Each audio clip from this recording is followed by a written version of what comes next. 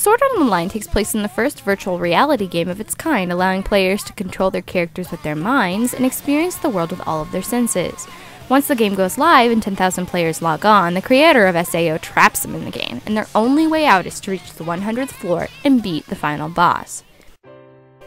Kirito is SAO's protagonist. He's relatively boring, unmemorable, and insists on being a solo player, taking a ridiculous amount of time to open up and stop being such a donkey's butt. Asuna is Kirito's love interest in SAO and has an incredibly inconsistent character. When you first meet her, she's quite likable, strong, polite, and keeps to herself. When you run into her the second time, she shocks you by being a bossy bitch. After Kirito and she become friends and eventually lovers, she does a complete 180 and becoming a love-struck, girly teenager. Sukuha is Kirito's sister cousin and serves as a third wheel in an extremely dramatic but pointless love triangle. Though it is impossible to take her feelings for her brother cousin seriously, she is a solid character and the creators do a wonderful job portraying her emotions.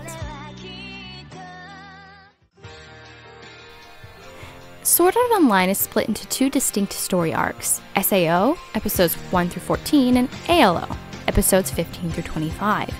The entire premise of the show is actually quite stupid.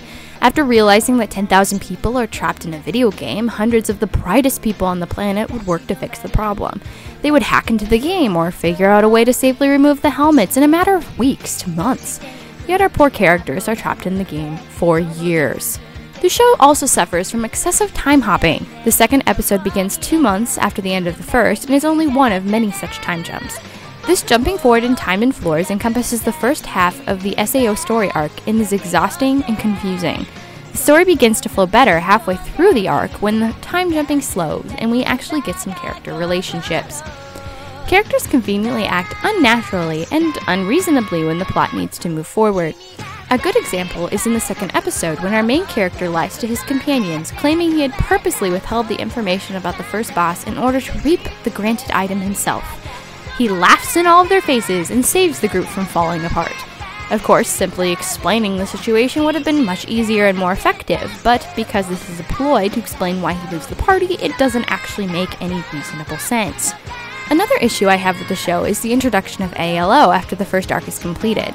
Having a malfunction of the headgear, regardless of whether it was intentional or not, that kills thousands of people would have ruined the system's credibility. Manufacturers wouldn't venture into making a new game or headgear set for years due to the disaster, if ever. Yet, according to SAO, not only do they start building a new game during the fiasco of the first one, but they come out with a new headset and release a new game while thousands of people are still on feeding tubes trapped in SAO. That never would have happened. It's so unbelievable, in fact, that it almost garners the entire second story arc laughable. The second arc is very poorly written and makes little sense. Despite what I have already mentioned, which would prevent the entire second game from being created, it is less interesting and less creative than the first story arc, succumbing to stereotyping and terrible writing. It feels slapped together last minute and is kind of awful, so I'm not going to bother going into it.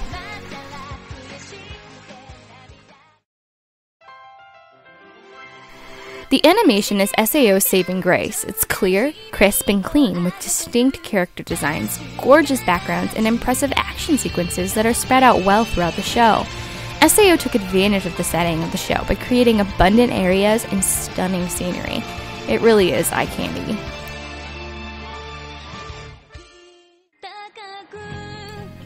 The Japanese voice acting is of good quality, and none of the voices stick out as unbearable, except perhaps the antagonists of the second story arc. The first opening theme is incredible, as are the second opening theme and the second ending theme.